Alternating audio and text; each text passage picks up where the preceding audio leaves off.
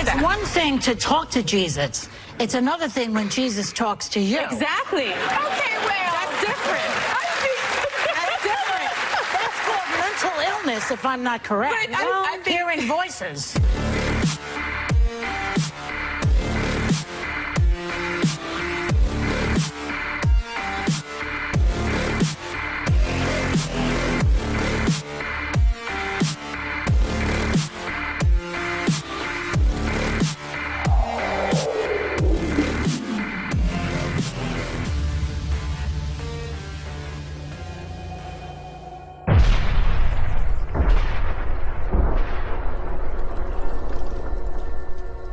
What do you think about Joy Behar mocking the vice president for his Christian faith?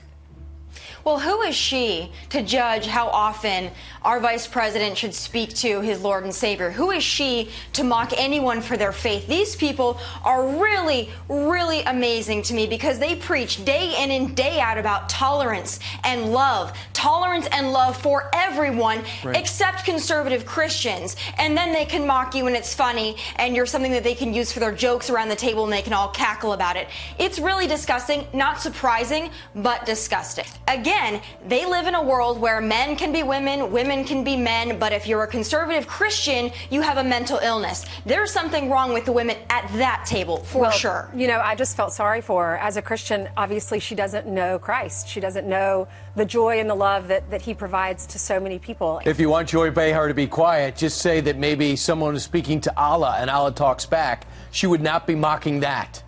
Well, look, let's just go ahead and say what we all know is true. If Joy Behar had attacked a devout Muslim for his faith, ABC would have fired her in a nanosecond. But you know, to the left, when it comes to attacking conservative Christians, it is always open season. Why do you think that they have such a problem with the vice president and his beliefs? Well, scratch beneath the surface or read what they've said in the past, and it's very clear. Mike Pence has committed the unpardonable sin when it comes to the left, and that is he still maintains the personal belief that marriage should be between a man and a woman. And look, everybody doesn't agree with that perspective. He understands that, but you can hardly call that an extreme perspective. And look, this once again shows the hypocrisy of the left. The left cries for tolerance, and yet they are the most intolerant people when it comes to beliefs with which they disagree. A California judge sided with a local bakery in a dispute over a cake for a same-sex wedding. Kern County Superior Court Judge David Lamp ruled Monday, February 5th, Kathy Miller can refuse to make wedding cakes for same-sex couples because a cake is a form of artistic expression and expressive conduct. The argument started last year when Miller said her Christian faith prevented her from making a cake for Mieja and Aline Rodriguez del Rio. The couple filed a complaint with the California Department of Fair Employment and Housing, saying Miller was violating the Unruh Civil Rights Act. Lamp said if Miller had refused to sell the couple a cake that was already baked, it would have been a discriminatory act. The ruling relied heavily on the First Amendment to the Constitution, which protects freedom of speech and religion.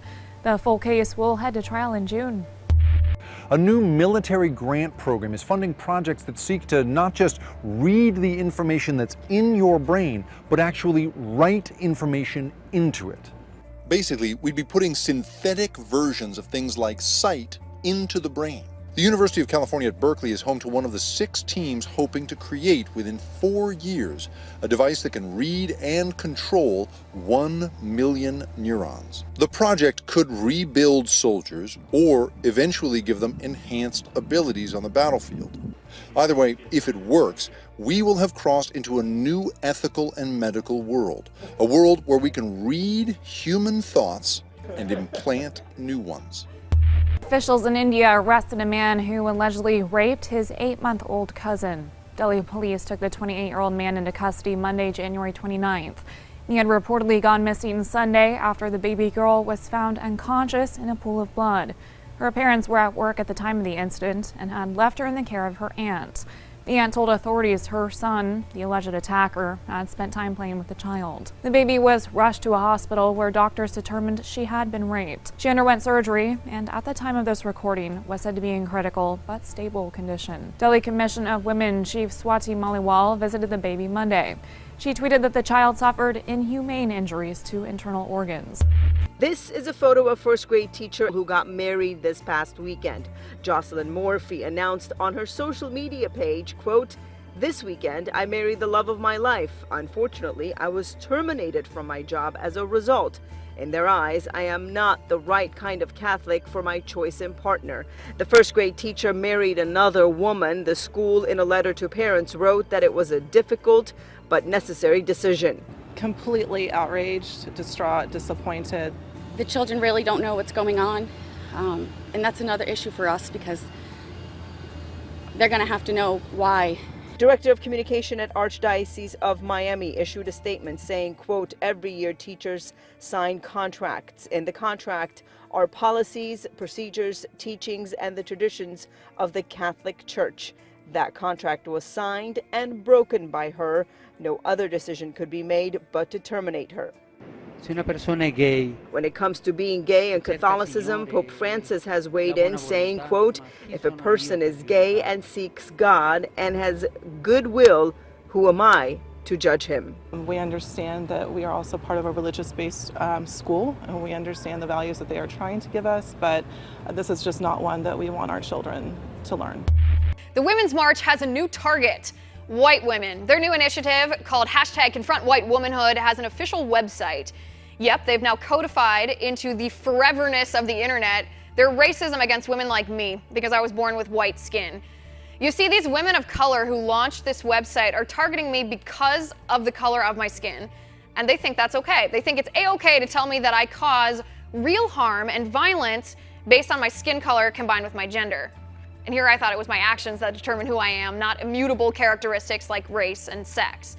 But maybe I listened to too many of Martin Luther King Jr.'s speeches.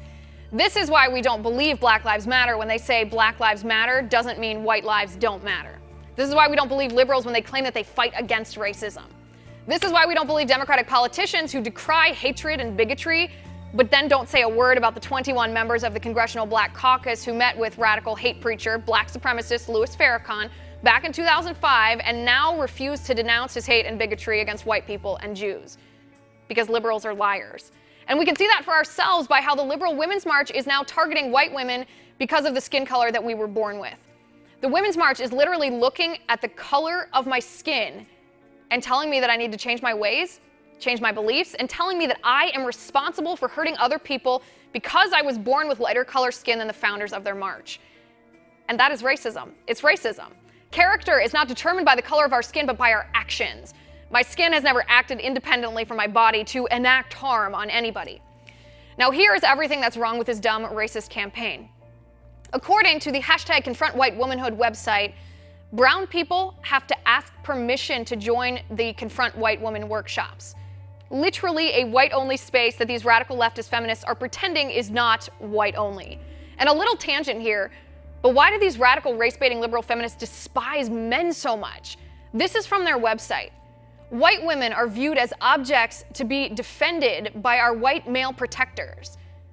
My husband doesn't view me as an object, but I love the fact that he's willing to lay down his life to protect me. Why do these feminists need to demonize men to live their truth? That's a red flag to the foundation of their ideology, is it not? But basically, the Women's March just wants our money. Their website reads, "Create a habit of sharing financial and labor-based resources with people of color-led groups with no expectations of outcome or credit." Please, fight against the racism inherent in the abortion industry that targets black people at a rate 5 times greater than white people. And then get back to me about how you support black Americans. Stop pretending that you can define my womanhood. If nobody but you can define what it means to be a woman of color, who are you to tell me what it means to be a white woman? But see, that's the difference between you and me. I don't identify as a white woman. I identify as a woman. My skin color doesn't define who I am. But let's define who you are by your actions. Let's follow the money trail. #ConfrontWhiteWomanhood was founded by the Women's March. The Women's March was organized by radical feminist Linda Sarsour, the same Linda Sarsour who declared that Sharia law was reasonable for women and called for female genital mutilation against her political opponents, and of course idolizes the cop killer Assata Shakur. Now that is some real empowerment for women right there. But perhaps the scariest part of all, this is the new Democratic Party.